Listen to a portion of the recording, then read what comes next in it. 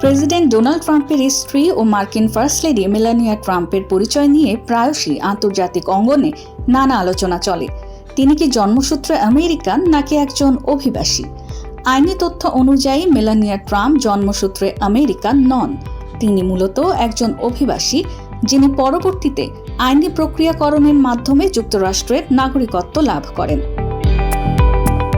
1970 সালে মধ্য ইউরোপের দেশ স্লোভানিয়ায় জন্মগ্রহণ করা মেলানিয়া 1990-এর দশকে মডেলিংয়ের সূত্রে যুক্তরাষ্ট্রে আসেন। প্রথমে H-1B ভিসায় কাজ করার পর 2001 সালে তিনি গ্রিন কার্ড এবং 2006 সালে মার্কিন নাগরিকত্ব পান। যুক্তরাষ্ট্রের ইতিহাসে তিনি দ্বিতীয় ফার্স্ট লেডি, যিনি অন্য দেশে জন্মগ্রহণ করে পরবর্তীতে নাগরিকত্ব পেয়েছেন। তবে বর্তমানে স্ববিরোধী পরিস্থিতির মুখে পড়েছেন যুক্তরাষ্ট্রের লাখ লাখ অভিবাসী। প্রেসিডেন্ট ট্রাম্পের দ্বিতীয় মেয়াদে দায়িত্ব নেওয়ার পর দেশজুড়ে মার্কিন অভিবাসন ও কাস্টমস প্রয়োগ সংস্থা আইসের অভিযান চরম আকারে বৃদ্ধি পেয়েছে। অবৈধ অভিবাসীদের বিতাড়নে কঠোর পদক্ষেপের ফলে পুরো আমেরিকা জুড়ে সৃষ্টি হয়েছে এক মানবিক বিপর্যয়।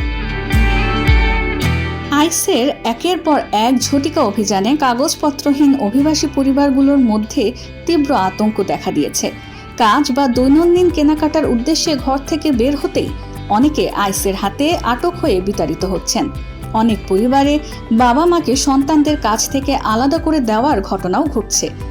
একদিকে যুক্তরাষ্ট্রের ফার্স্ট লেডি নিজে একজন অভিবাসী হিসেবে দেশটিতে স্থায়ী হওয়ার সুযোগ পেয়েছিলেন, অন্যদিকে ট্রাম্প প্রশাসনের বর্তমান কঠোর অভিবাসন নীতির কারণে যুক্তরাষ্ট্রের অভ্যন্তরে থাকা লাখ লাখ প্রবাসীর জীবন আজ চরম অনিশ্চয়তা ও বিপর্যয়ের মুখে।